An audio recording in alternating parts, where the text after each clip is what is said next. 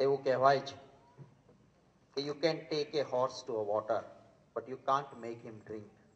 તમે ઘોડાને પાણી સુધી લઈ જઈ શકો પણ એને પાણી પીવડાવી ન શકો. આ ઉક્તિને ખોટી પાડે અને ઘોડાને પાણી પાસે તો લઈ જાય પણ પાણી પણ પીવડાવી શકે એવા વ્યક્તિ સ્મિતાબેન. આપણા સૌનું ગૌરવ રાગિણીબેન, મોરબી કાંતિભાઈ, ઉમંગભાઈ, સુરેશભાઈ, એમીબેન, કમલેશભાઈ, ઉપસ્થિત સન્નારીઓ, સજ્જનો અને સાથીઓ. આ કાર્યક્રમમાં રાજકીય વ્યક્તિ તરીકે નહીં પણ સ્મિતાબેન એક સરસ કામ કરે છે એમાં માત્ર એક મિત્રના ભાવે સાક્ષી થવા માટે આવ્યો.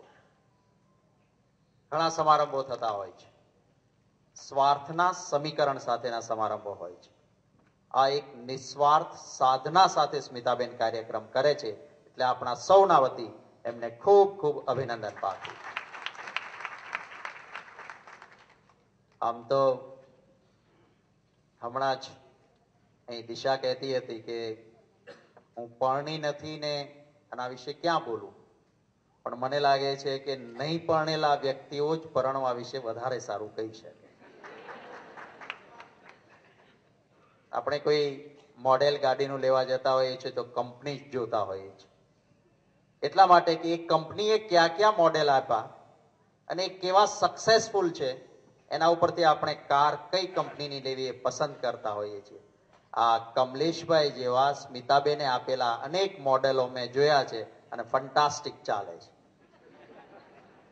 એટલે આ મનપસંદની કંપનીમાં બરાબર પરિણામો સારા મળવાના છે. આમ તો આપણે બધા જ જ્યારે એકલા રહેતા હોઈએ ત્યારે MBA હોઈએ જ. લગ્ન થઈએ એટલે પહેલા MBA નીકળી જવું જોઈએ. MBA મને બધું આવડે.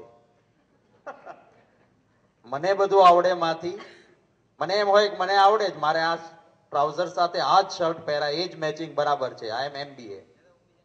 પણ પછી પત્ની કહે કે ના આ નહીં આ જ પહેરવાનું છે અને ત્યારે આપણે જો MBA રાખીએ તો પ્રોબ્લેમ થાય. આટલું મિત્રોના અનુભવે હું શીખ્યો છું.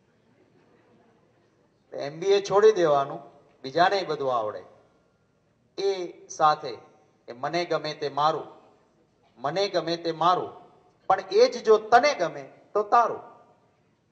મારું તારું છોડીને ચાલ શરૂ કરીએ આપણું.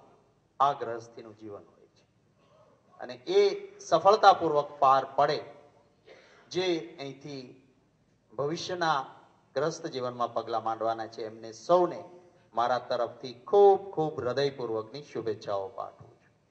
અહીંયા હું બેઠો હતો ત્યારે એક બે વાતો થઈ અહીંથી કે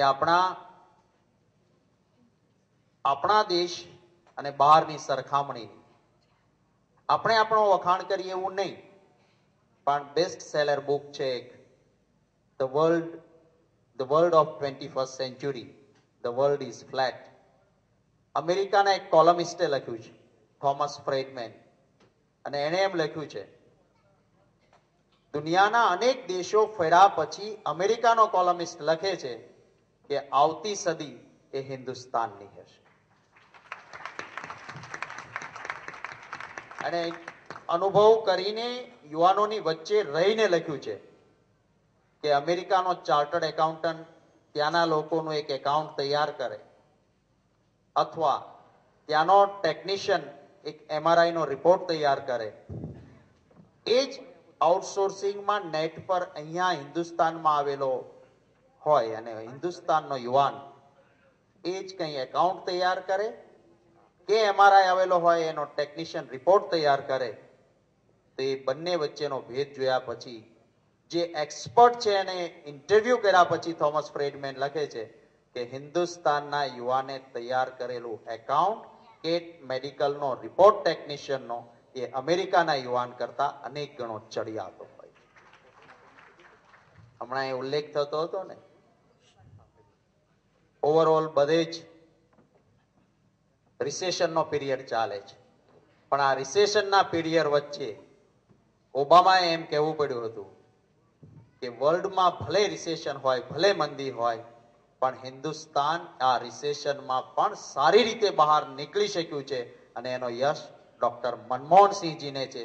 એવા કોમ્પ્લિમેન્ટ્સ ઓબામાએ આપવા પડ્યા હતા. એ આપણા સૌનું ગૌરવ છે. ત્યારે એ જ રીતે આપણે આગળ ભવિષ્યમાં વધીએ. અહીંનો બહાર જઈને તો ઉત્તમ દેખાય છે એવું કહ્યું ને કે Indians who are outside India is smarter. એનો કમલેશભાઈએ બહુ સરસ રીતે વિશ્લેષણ કર્યું છે એટલે એમાં પડતો નથી. મને આ સરસ કાર્યક્રમમાં સાક્ષી બનવાની તક આપી એ માટે સ્મિતાબેનનો ખૂબ હૃદયપૂર્વક આભાર માનું છું. સરસ મજાના યુવાનોના આ મેળાવડાની વચ્ચે બહુ લાંબા ભાષણને સ્થાન ન હોય, પણ એમ છતાં આપે સૌએ પ્રેમથી મને સહન કરી લીધો એ માટે આપ સૌનો પણ આભાર માની વિરમું છું. જય હિન્દ.